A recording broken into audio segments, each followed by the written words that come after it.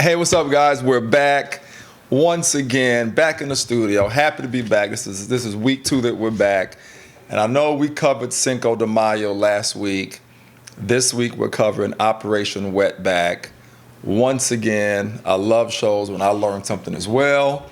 Happened to see this news brief, and I told Smith here that we'd have to cover it. So we're going to cover it. I know you guys are saying they did a Mexican show last week, a Mexican show this week. What can we say? We like Mexicans. You know what I'm saying? It's like Trump. Yeah, we love Mexicans. You know, I mean, unlike Trump, exactly. Yeah. Anyway, guys, if you're joining us for the first time, I'm Shakur. He's Smith. Smith here is a veteran of the Army Reserves. He currently works for the VA. I'm in film and TV. I write, direct, and produce. And shameless plug real quick, my TV show Donk Master is back on TV. It's on Motor Trend right now. The app, it'll be on the TV. It'll be on the network soon. Thank you, Smith. Shameless plug real quick. Tune in, guys. Like that. Watch it. So we can get season 2. And so if you're joining us for the first time, that's what we do. We both have a love for history, politics, and race, which is why we have the H, the P, and the R, as you can see behind us here. Don't forget to follow us on social media, and please subscribe on IST Group Digital, like and comment. It helps a great deal. And thank you for listening to us on your streaming platforms. We have a lot of fans there, friends, they like to say friends, that tune in and listen, and we appreciate you.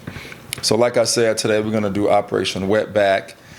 And interestingly enough, Smith and myself will be flying out to Cancun later today. Yeah. You know what I mean? The show is airing in the AM, and we're leaving a few hours after the show. So we're just Mexico all around this past few weeks. You know what I mean? When we come back, the 1st of July, we'll bring you guys something else.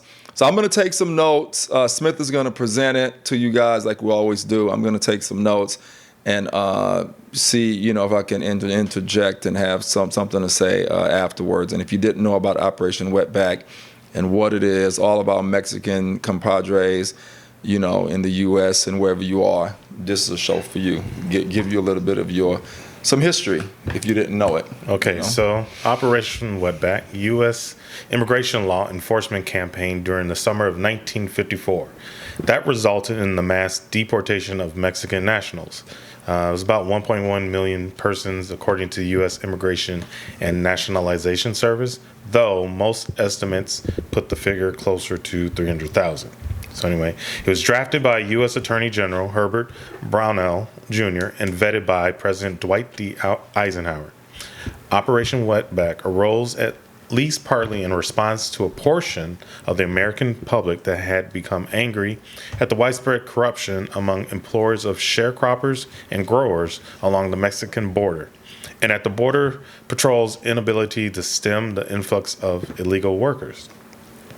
So in 1942, the U.S. government, with the cooperation of the Mexican government, enacted the Bracero program, which allowed short-term contract laborers from Mexico, known as braceros, to work legally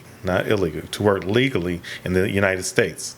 The program was originally conceived in the early 1940s during World War II to combat a wartime dearth of agricultural laborers due to military service and a shift by native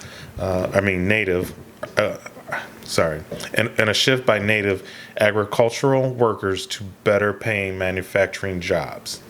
And it was financed through taxpayer labor subsidized. The plan lasted subsidies. Sorry, people get it. Yeah, it's fine. The plan lasted until 1964. Even though most contract employers did not pay enough for many of the documented Mexican workers to make a decent living, other documented Mexican laborers... Other undocumented, thank you. Yeah. Mexican laborers were still drawn by the promise of employment.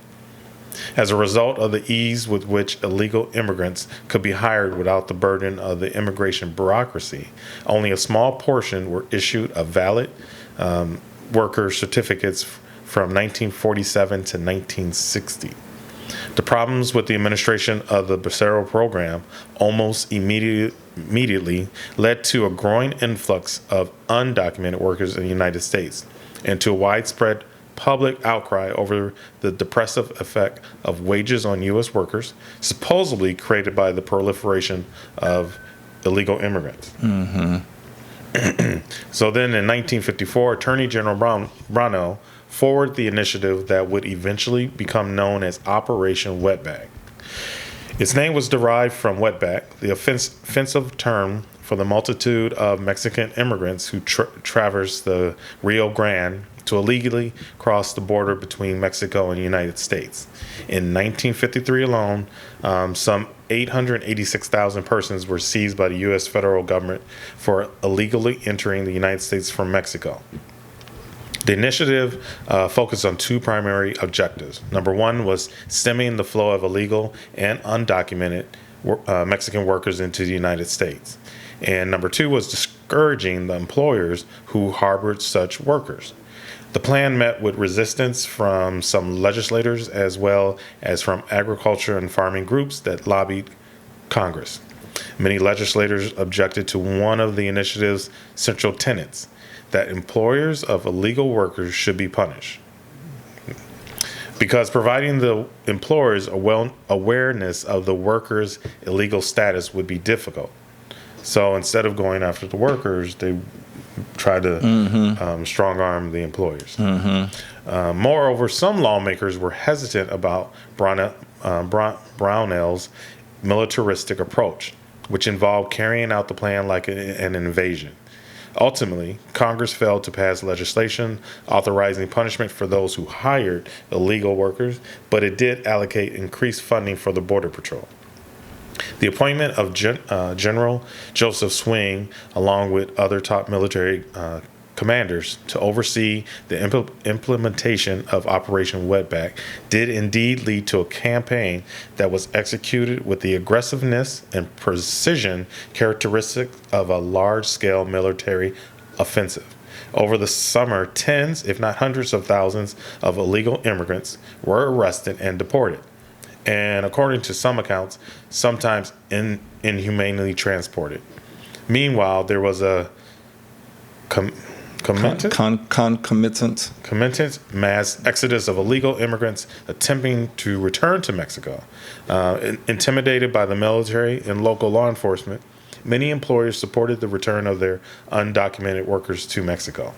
So then, in conclusion, the INS reported that some 1.1 undocumented workers had left the country either voluntarily or through prosecution as a result of the operation.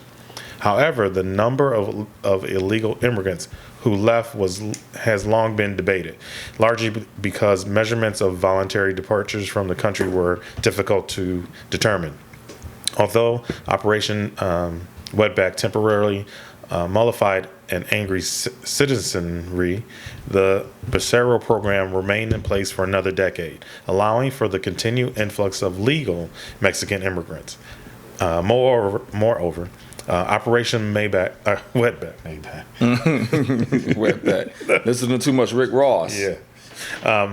Moreover, Operation Wetback may have deterred illegal immigration for a time, but it did not relieve the demand for labor, especially cheap labor, in the United States.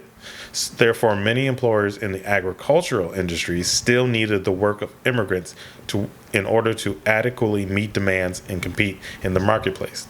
The influx of illegal immigrants from Mexico would remain a touchstone of U.S. political debate throughout the remainder of the 20th century and into the 21st, because that has been talked about, and it's still being talked about. Right.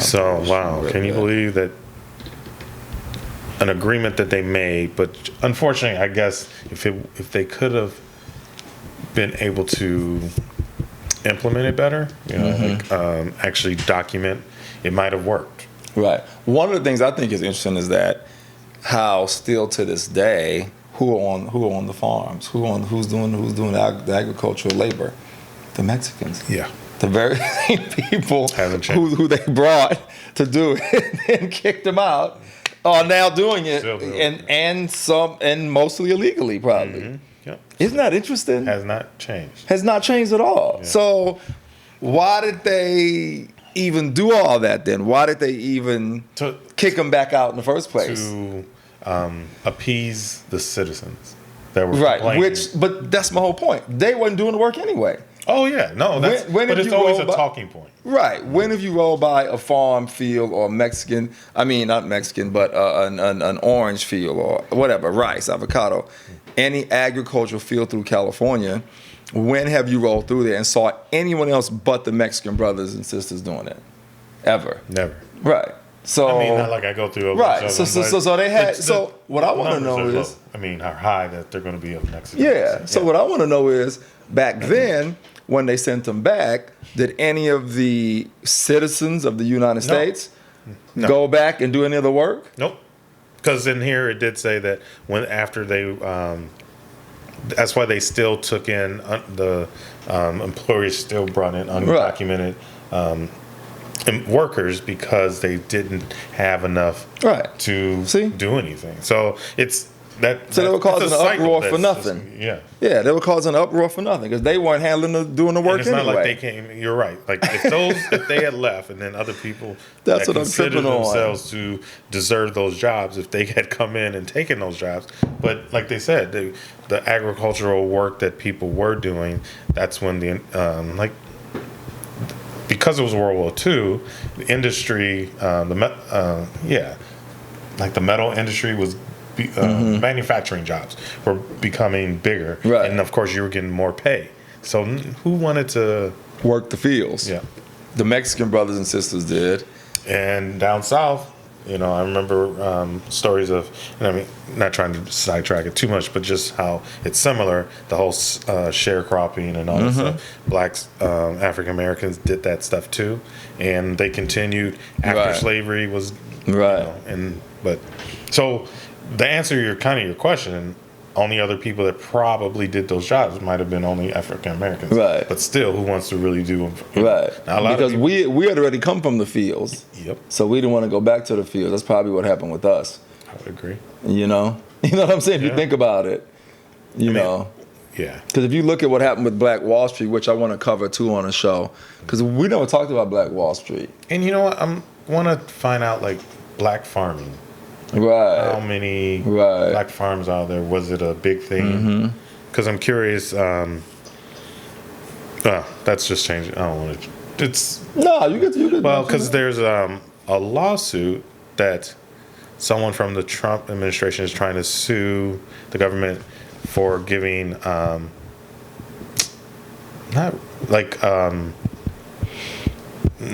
what's the when relief. Payments, relief, whatever, for black farmers, and it's because of how they were mistreated in a way. I see. And I see. Not given, not treated fairly, basically. Right. I see. It's interesting. One more point I want to make before we sign off is the audacity of the so-called American citizens to not want the Mexicans to be here and do that work when they actually weren't even really legal citizens. I mean, not too long before this, they had come and taken over America, and it wasn't their country in the first place. You know what I mean? It just trips me out. The hypocrisy in the mindset of the people, even today, but back then, of course, because we're talking about back in 1954. But the hypocrisy of the mindset and their thought process and trying to push another people out that's doing a service. Go back to your country. Right. When this is not your country either. Yep. You know what I'm trying to say? Yeah. And that's the part, so I'm telling someone to go back. Right. Where this isn't not yours anyway. Yeah. Right. And again, the irony of it all is that the Mexican brothers and sisters are still doing it to this day. Yeah. And so it's all for nothing. It's always all for naught. Yeah. And they're still being used as pawns for everything. It's unbelievable. It's unbelievable. It's unbelievable. Anyway, I saw this on a news brief, and I forgot why they brought it up on CNN, but I saw it on a news brief. And I said, oh my goodness, I didn't know that. We definitely got to cover it. What happened with that back then? Because I had no idea. And if you don't know, listeners, California, we have a lot of farms, a lot of agriculture. As a matter of fact, California has the biggest, I think we're the biggest almond producing state in the country, I think in the world, I think. Oh. And that's where, 80% of the water, our water goes to grow almonds, which there's a big thing going on about that because we're in a drought. Yeah. But people are saying we're not really in a drought because stop growing almonds and sending the water to almonds and we'll have enough water. So we have a huge agricultural operation here. And not just almonds, you got avocados. Oh yeah, everything. Everything's kind of grown out here, but those are Yeah. two big ones that do take a lot of water, and they do Right. some. And I didn't even know almonds took all that water. Yeah, It takes if a lot. And if it's in Southern Cal, they're diverting. Yeah. The precious water that we Right. have to be used. It takes a lot, man. So anyway, Smith, thanks for presenting that, brother. Yep. Thank you. Thank you guys for checking in once again. Subscribe on ICT Group Digital, like and comment. And thank you for listening where you get your podcasts. Follow us on social media and tune in next week where we'll bring you guys some more history. Should we start back doing this day in history? Yeah, well, next week. Yeah, maybe we'll bring that back too next week. Yeah, This next day in history. Give you guys 3 or 4 historical facts that happened on the day that the show comes out. And if you love history and you're into what happened throughout history and knowing where we are right now, this is the show for you. It's HPR. It's the HPR Chronicles Podcast with Shakur and Smith. Still a little rusty. It's on our second show. I'll get my swag back, I promise. Thanks for checking in, guys. Peace. Peace.